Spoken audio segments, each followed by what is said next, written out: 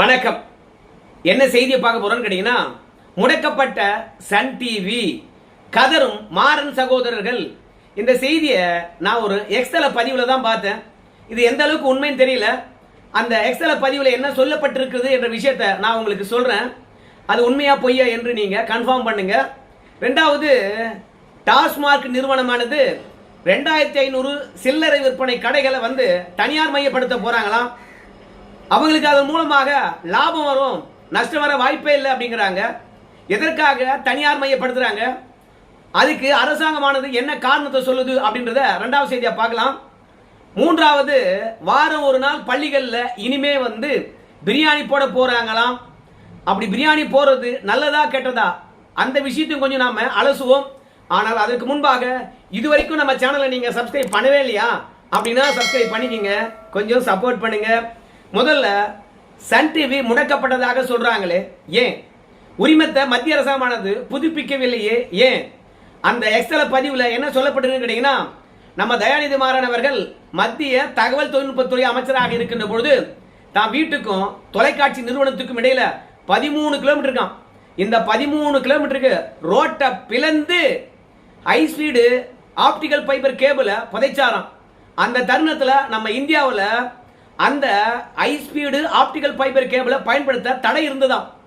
ஒரே ஒரு நிறுவனம் மட்டும்தான் இந்த ஹை ஸ்பீடு ஆப்டிகல் ஃபைபர் கேபிளை பயன்படுத்துவதற்கு இந்தியா அனுமதி அளித்திருந்ததாம். அது யாருன்னு கேட்டீங்கன்னா ராணுவம் தானா.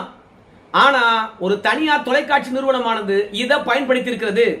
தன்னுடைய அதிகாரத்தை பயன்படுத்தி நம்ம ரோட்டையெல்லாம் பொளந்து அரசாங்க பணத்திலே 13 கிலோமீட்டருக்கு இந்த கேபிளை நம்முடைய தயாநிதி மாறன் அவர்கள் பதித்திருக்கின்றார். அது மட்டும் இல்ல, ஹாட்லைன் என்று சொல்லப்படுகின்ற 480 கனெக்ஷனையும் அவர் வீட்டிலே வச்சிருந்திருக்கார். இதன் மூலமாக உலகளாவிய செய்தியை பெறலாம், உலகளாவிய அளவுக்கு செய்தி அனுப்பலாம். எந்த வீடியோவா இருந்தாலும் சரி, எந்த ஒரு புகைப்படமா இருந்தாலும் சரி, டக்கு டக்குன்னு அனுப்பலாம். அன்றைய காலகட்டத்தில் நம்ம நாட்டில் இன்னைக்கு இருக்கின்ற இணைய வேகம் அப்ப இல்லை. ஆனா தயாநிதி மாறனை பொறுத்த வரைக்கும் இன்னைக்கு இருக்கின்ற ஸ்பீட்ல எல்லா தகவலையும் அனுப்பியிருந்தாங்களாம். ஸோ அதன் மூலமாக நம்ம இந்தியாவுக்கு 480 கோடி ரூபாய் அளவுக்கு இழப்பாம். மத்திய அரசாங்கமானது இந்த ஹை ஸ்பீடு ஆப்டிகல் ஃபைபர் கேபிளை பயன்படுத்தி என்ன தகவலை பகிர்ந்து கொண்டார்கள், என்ன வீடியோவை பகிர்ந்து கொண்டார்கள், எந்த போட்டோவை பகிர்ந்து கொண்டார்கள் அப்படின்ற சந்தேகம் மத்திய அரசாங்கத்துக்கு இருக்குதான். ஏன்னா சமூக விரோதிகளை பொறுத்த வரைக்கும் தயாநிதி மாறன் மற்றும் கலாநிதி மாறன் அவர்களுடைய இந்த ஹை ஸ்பீடு ஆப்டிகல் ஃபைபர் கேபிளை பயன்படுத்தி பணம் கொடுத்து அவங்களுக்கான தகவலை பெற்றிருந்தாங்கன்னா இந்தியாவிலிருந்து என்ன பண்றது என்று மத்திய அரசாங்கமானது சந்தேகிக்கிறதாம். அதனால சன் டிவியினுடைய உரிமத்தை புதுப்பிக்கவே இல்லையாம. இந்த கேபிள் மூலமாக 1 லட்சம் கோடிக்கு மேல கூட நஷ்டம் ஏற்பட்டிருக்குமா. ரெண்டாவது, வெறுமனே செய்தி மட்டும் அவங்க பகிர்ந்து கொண்டிருக்க வாய்ப்பே இல்லையா. ஏகப்பட்ட கொடுக்க கூடாத தகவலை கூட அவங்க கொடுத்திருக்க வாய்ப்பு இருக்குதான். ஆனா மத்திய அரசாங்கமானது வெறும் 480 கோடி தான் நஷ்டம்னு சொல்றதுக்கு என்ன காரணம்? ரெண்டாவது, செய்தி மட்டும்தான் பகிர்ந்து கொண்டார்கள் அப்படின்னு சொல்றதுக்கு என்ன காரணம் கேட்டீங்கன்னா, ஒரே ஒரு தனி மனிதர் ஒரு நாட்டையே ஏமாத்தி ஹை ஸ்பீடு ஆப்டிகல் ஃபைபர் கேபிளை புதைச்சிருக்கிறாங்க. ஆனா மோடியை பொறுத்த வரைக்கும் கிட்டத்தட்ட 52 இன்ச்சு மார்புள்ளவர், வலிமையான தலைவர் சொல்றாங்க. இதை இத்தனை நாள் கண்டுபிடிக்காம அதன் மீது நடவடிக்கை எடுக்காம வேடிக்கை பார்த்திருக்காங்களே, இது ஒரு தேச குற்றம் இல்லையா அப்படின்னு நம்ம மானமும், நம்ம நாட்டு மானமும், நம்ம பிரதமருடைய மானமும் கப்பல் ஏறுமா உலக அளவில். அந்த நாட்டு பிரதமரை யார் வேணாலும் ஏமாத்தலாம் போல இருக்குதே. அந்த நாட்டினுடைய செக்யூரிட்டி சிஸ்டம் எப்படி இது பத்தியா ஒண்ணுமே இல்லாம இருந்திருக்கப்பா. ஒரு தனி மனிதன் ஒரு நாட்டை ஏமாத்திருக்கானப்பா அப்படின்ற ஒரு அவப்பெயர் வந்துருமா. அதனால உண்மை தகவலை பகிர்ந்து கொள்ள மத்திய அரசாங்கம் தயங்குகிறதாம். என்ன தகவல் அவங்க வெளிநாடுகளுக்கெல்லாம் பகிர்ந்து கொண்டார்கள் என்ற விஷயத்தையும் வெளிப்படுத்த தவறிவிட்டதாம் மத்திய அரசாங்கம். அதனாலேயே சன் நெட்வொர்க், குறிப்பா சன் டிவிக்கு உரிமத்தை புதுப்பிக்கவில்லை என்று சொல்றாங்க. ஆனால் அந்த எக்ஸ்எல பதிவுல இன்னொரு விஷயத்தையும் சொல்றாங்க. சன் நெட்வொர்க்கினுடைய உரிமத்தை புதுப்பிக்காததுக்கு காரணம் எதிர்கட்சிகளை மோடி அரசாங்கம் ஒடுக்க வேண்டும் என்பதற்காகத்தான் உரிமத்தை புதுப்பிக்கவில்லை என்று சொல்லி இந்த சன் டிவி ஆனது வாடகை வாய்களை வச்சு அவதூறு பரப்புகிறது அப்படின்னு சொல்றாங்க. உண்மையாகவே இந்த ஹை ஸ்பீடு ஆப்டிகல் ஃபைபர் கேபிளை தயாநிதி மாறன் அவர்கள் பயன்படுத்துறது சட்டவிரோதமா? இத்தனை நாள் விட்டுட்டு இப்ப ஏன் சன் டிவியுடைய உரிமத்தை பாத்தீங்கன்னா முடக்கணும்? இத்தனை நாளும் முடக்கி இருக்கலாமே. ஏன்னா மோடி அரசாங்கம் கிட்டத்தட்ட 12 ஆண்டு காலம் ஆச்சு. 12 ஆண்டு காலமாக சன் டிவி ஹெச்டியில் கூட ஓடிக்கிட்டு இருந்தது. இப்பதான் முடக்கிட்டாங்களா? உங்க கருத்தை சொல்லுங்க. ஏன் வந்து சன் டிவியுடைய உரிமமானது புதுப்பிக்கலையான்னு கேட்கறேன்னா, எந்த டிவி நான் திருப்பி திருப்பி பார்க்குறேன், எதுலேயும் செய்தியை வரல. ஜெயா டிவியில் வரலாம் இல்லை, நியூஸ் சேவில் வரலாம் இல்லை, ஏன்னா அவங்க தானே எதிர்கட்சி. அதனால சமூக வலைத்தளத்திலேயோ இல்லை சன் டிவிக்கு எதிராக இருக்கக்கூடிய அரசியல் மையப்படுத்தப்பட்ட தொலைக்காட்சியில் கூட வரல, இல்லை நடுநிலை தொலைக்காட்சின்னு சொல்கிறாங்களே அதில் கூட வரல. அதனால உண்மையாகவே வந்து சன் டிவிக்கான உரிமத்தை மத்திய அரசாங்கம் புதுப்பித்ததா புதுப்பிக்கலையா, உங்க கருத்தை சொல்லுங்க. ரெண்டாவது, டாஸ்மார்க்ல 4408 கடைகள் இருக்குன்னு சொன்னோம். அந்த சில்லறை கடைகள்ல 2500 வந்து பாத்தீங்கன்னா தனியார் மையப்படுத்த போறாங்களாம் விஜய் அரசாங்கம். சோ அது நல்லதா கெட்டதா என்று பார்க்கும்போது அன்புமணி ராமதாஸ் அவர்கள் என்ன சொல்றாருன்னு கேட்டீங்கன்னா, ஐயா தனியார் மையப்படுத்தாதீங்க. ஏன்னு கேட்டீங்கன்னா, நீங்க லைசன்ஸை ஏலம் விடுவீங்க, ஒரே ஒரு லைசன்ஸ் மட்டும் தான் எடுப்பான்.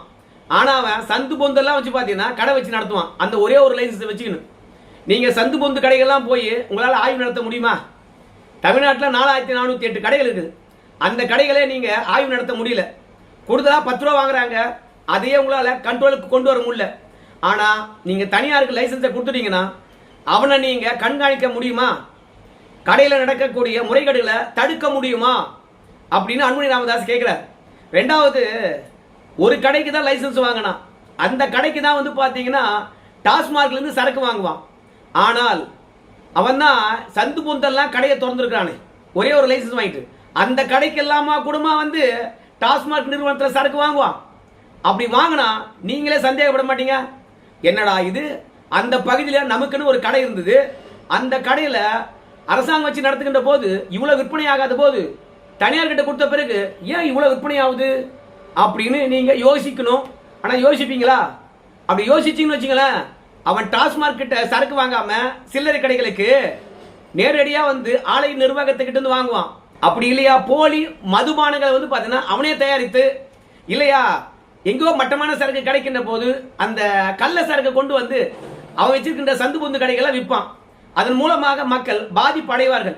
ஏற்கனவே மக்களை பொறுத்த வரைக்கும் தரமில்லாம சரக்கை கொடுத்தாங்க தனியார்கள் என்று சொல்வதனால தான் அன்னைக்கு இருந்த ஜெயலலிதா அவர்கள் வந்து 2002 2003 டாஸ்மாக் நிறுவனத்தை மீண்டும் கொண்டு வந்தாங்க. கடைகள் அரசே நடத்துச்சு.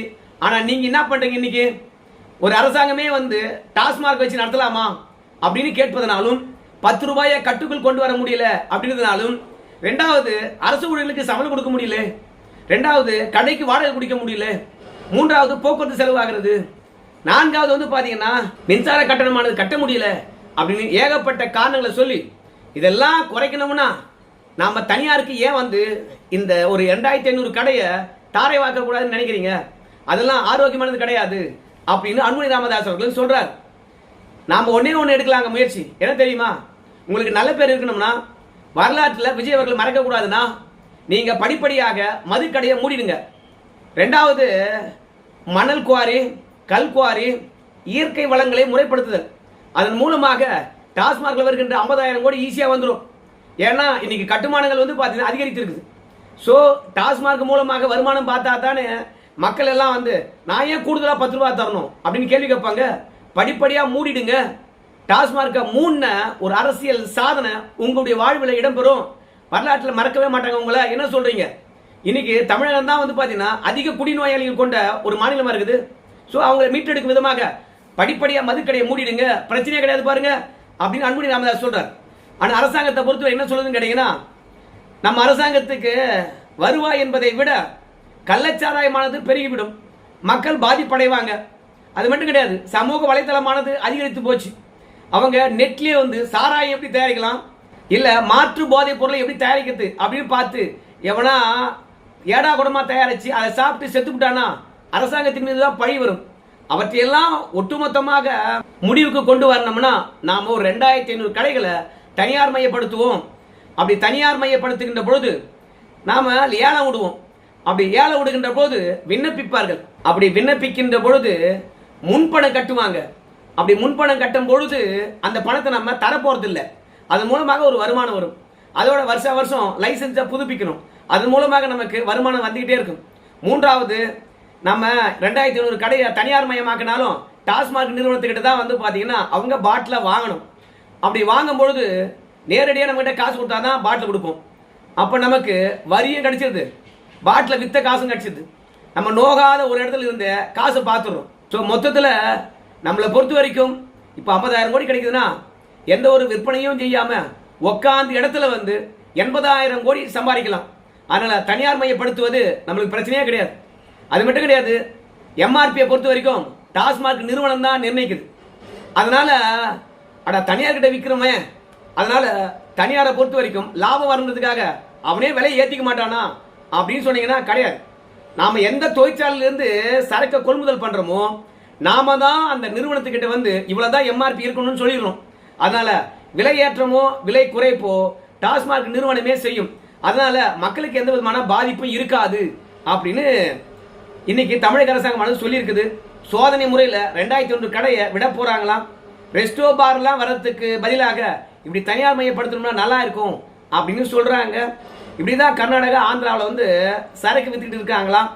நோவாத 80,000 கோடி அங்கெல்லாம் வருது, நாம ஏன் சம்பாதிக்க கூடாது அப்படிங்கிறாங்க. ஸோ இந்த டாஸ்மாக் நிறுவனமானது சில்லறை விற்பனையை தனியார் மையப்படுத்துவது நல்லதா கெட்டதா அப்படின்ற கருத்தை நீங்க சொல்லுங்க. மூன்றாவது, பள்ளியில வந்து வார ஒரு நாள் பிரியாணி போட போறாங்களாம். அந்த பிரியாணி போடுறது நல்லதா கெட்டதான்றத நீங்களே சொல்லுங்க. ஏன்னா முட்டையே இப்போ தரமா வர்றது கிடையாது. நம்முடைய கீதா ஜீவன் அவர்கள் சத்துணவை பார்த்துட்டு இருக்கும்போது அழுகின முட்டை தான் போட்டாங்க. ஆனால் தவேக அரசாங்கம் வந்த பிறகு முட்டையில் கோழி குஞ்சியே இருந்தது. ஸோ அந்த அளவுக்கு முட்டையே பார்த்து பார்த்து மாணவர்களுக்கு தருகின்ற பொழுது நீங்கள் சிக்கன் பிரியாணி எப்படி போடுவீங்க? இன்றைய காலகட்டத்தில் குழந்தைகளுக்கு வந்து பார்த்தீங்கன்னா அஜீரண கோளாறு இருக்கிறது, இப்படி ஆயில் மிகுந்த ஃபுட்டு கொடுக்கக்கூடாது அப்படின்னு சொல்லும்போது நீங்களே வந்து பிரியாணி போடுறேன் அப்படின்னு சொன்னால் எத்தனை குழந்தைக்கு வந்து பார்த்தீங்கன்னா அது ஏற்றுக்கொள்ளும்? எத்தனை குழந்தை சாப்பிட்டு ஆரோக்கியமாக இருக்கும்? எத்தனை குழந்தை வாமிட் பண்ணாது? ஸோ மதியத்தில் போடப்படுகின்ற சத்துணவு எந்த அளவுக்கு தரமாக இருக்குன்னு உங்கள் எல்லாருக்குமே தெரியும். முட்டைக்காக தான் குழந்தைங்க வந்து பார்த்தீங்கன்னா கிண்ணத்தை கொண்டு வருது. அதனால் பிரியாணி போட்டால் பிரியாணி எந்த லட்சணத்தில் இருக்கும் அதை எப்படி கண்காணிக்க போகிறீங்க? அது மட்டும் கிடையாது, காலை உணவு போட்டிங்களே, அந்த காலை உணவை எத்தனை குழந்தைகள் சாப்பிடுது? அதனால் கொடுப்பதை தரமாக கொடுங்க. யாரும் பிரியாணி கொடுங்கன்னு கேட்டது கிடையாது. ஒரு அரசாங்கம் வந்த உடனே புதுமையாக ஏதாவது செய்யணும் என்பதற்காக முயற்சி பண்ணி மாணவருடைய ஆரோக்கியத்தை கெடுத்துறாதீங்க தயவு செய்து. எப்போதும் வெஜிடேரியனே பெஸ்ட். முட்டை கூட வந்து பார்த்தீங்கன்னா மாணவர்களுக்கு தராதிங்க. நீங்கள் பிரியாணி கொடுக்கணும்னு ஆசைப்பட்டீங்கன்னா, முட்டை கொடுக்கணும்னு ஆசைப்பட்டீங்கன்னா நீங்கள் என்ன பண்ணலாம் தெரியுமா? ஒரு நாளைக்கு பிரியாணி செய்யறதுக்கு ஒரு ஆளுக்கு எவ்வளோ ஆகுதுன்னு பாருங்க. அதே மாதிரி வாரம் முழுவதும் மாணவர்களுக்கு முட்டை கொடுத்தா எவ்வளோ செலவாகுதுன்னு பாருங்க. அது அப்படியே வந்து மாணவருடைய வங்கி கணக்கில் செலுத்திடுங்க. அது ஒரு சேமிப்பு தொகையாகவே இருந்து பின்னாடி அந்த மாணவர்களுக்கு எதற்காவது பயன்படும். அவங்க மதியத்தில் போடப்படுகின்ற மதிய சத்துணவையே வந்து சாப்பிட்டு அவங்க முன்னேறட்டும். வீட்டில் போய் அவங்களுக்கு தேவையானவற்றை சாப்பிடுவாங்க. யாரும் சிக்கன் பிரியாணி சாப்பிடல அப்படின்னு சொல்லிட்டு வருத்தத்தில் இங்கே யாருமே கிடையாது. நம்ம தமிழ்நாட்டில் ஏழ்மையே இல்லைன்னு சொல்லிக்கின்ற போது பிரியாணிக்கு யார் இங்கே ஏங்குறான்னு நமக்கு தெரியல. அதனால என்னை பொறுத்த வரைக்கும் பள்ளிகளில் நான் வெஜிடேரியன் போடுறத தவிர்க்கணும். ஏன்னா எந்த அளவுக்கு சுத்தமாக வருதுன்னு தெரியாது. ரெண்டாவது, உடல்நலம் கெட்டு போச்சுன்னு வச்சுங்களேன், யார் பொறுப்பேற்பது? பிரியாணி போட சொன்ன அரசாங்கமா, பிரியாணியை சமைச்ச தனியாரா, இல்லை அதை கொண்டு வந்து கொடுத்த நிறுவனமா, இல்லை அதை பரிமாறின ஆயாவா? ஆனால் தயவு செய்து நான் என்ன சொல்றேன்னு கேட்டீங்கன்னா, பள்ளிகளில் வார ஒரு முறை பிரியாணிலாம் போடாதீங்கயா. ஏன்னா அரசாங்கத்துக்கு கொடுக்கின்ற பொருள் எல்லாம் எந்த அளவுக்கு தரமா இருக்கும் என்பதை பற்றி எல்லாம் சந்தேகத்துக்குரியதா இருக்குது. ரேஷன் கடைக்கு போறோம், அரிசி நல்லா இருக்குதா, எண்ணெய் நல்லா இருக்குதா, பருப்பு நல்லா இருக்குதா, ஏதோ கொடுக்குறோம் அப்படின்றதுக்காக கொடுத்துட்டு இருக்கீங்க. ரெண்டாவது, அரசு மருத்துவமனைக்கு போறோம், ஏதாவது நல்லா இருக்குதா? அதனால அரசு நிர்வாகம் என்கின்ற போது தரமற்றதாகத்தான் இருக்குது. இதில் பிரியாணி கொடுத்தா மட்டும் எங்க நல்லா இருக்க போகுது? தயவு செய்து நான் வெஜிடேரியன் சாப்பிட்றதையே விட்டு தொலைச்சிடுங்க, நாடு நல்லா இருக்கும். அதை விட்டு பள்ளிக்கூடத்தில் வந்து பார்த்தீங்கன்னா நான் வெஜிடேரியன் போடுறாங்களா, நான் வெஜிடேரியன் பிற உயிரை கொன்று சாப்பிட்றதுனால என்ன லாபம் வந்துட போகுதுன்னு நமக்கு தெரியல. சரி நண்பர்களே, குழந்தைகளுடைய வாழ்வாதாரத்திலும் வாழ்க்கையிலும் விளையாடாதீங்கோ. நன்றி.